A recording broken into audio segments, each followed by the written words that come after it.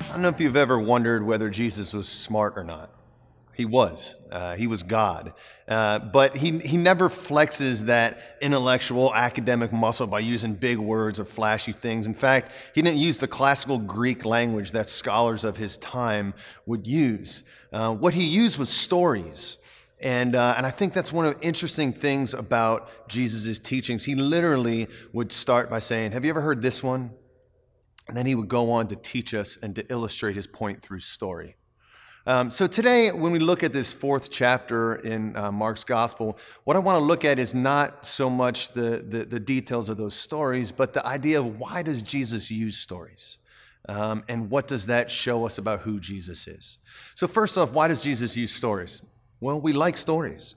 You know, if you think about it, man has always been attracted to story, whether it's the campfire or the play, the book, the movie, the podcast, whatever it is, there's something about stories that draws us in, that kind of enlivens us, that we could kind of forget for a little bit about our boring small stories and be drawn into something else, something bigger.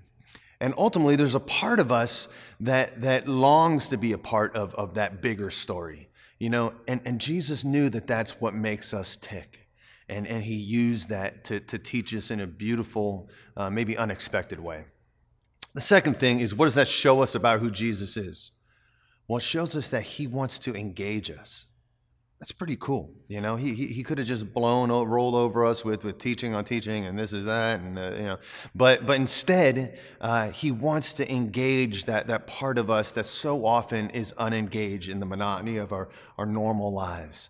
And as he tells us these stories, he longs to stir up our hearts, the parts of us that long for something greater than the minutia of normal life, of details and calendars and rules and rubrics and definitions, all these things that he could have talked about. Instead, he longs to stir up that depth of our heart within inside of us, to draw us into the romance, to draw us into the adventure that awaits us if we would only respond to that invitation.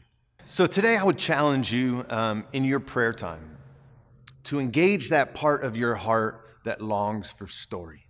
That as you read these stories, these illustrations of Jesus, that you would allow your heart to be awakened to the romance. Be awakened to the adventure. Engage your imagination, your senses, allow imagery and color into your prayer life.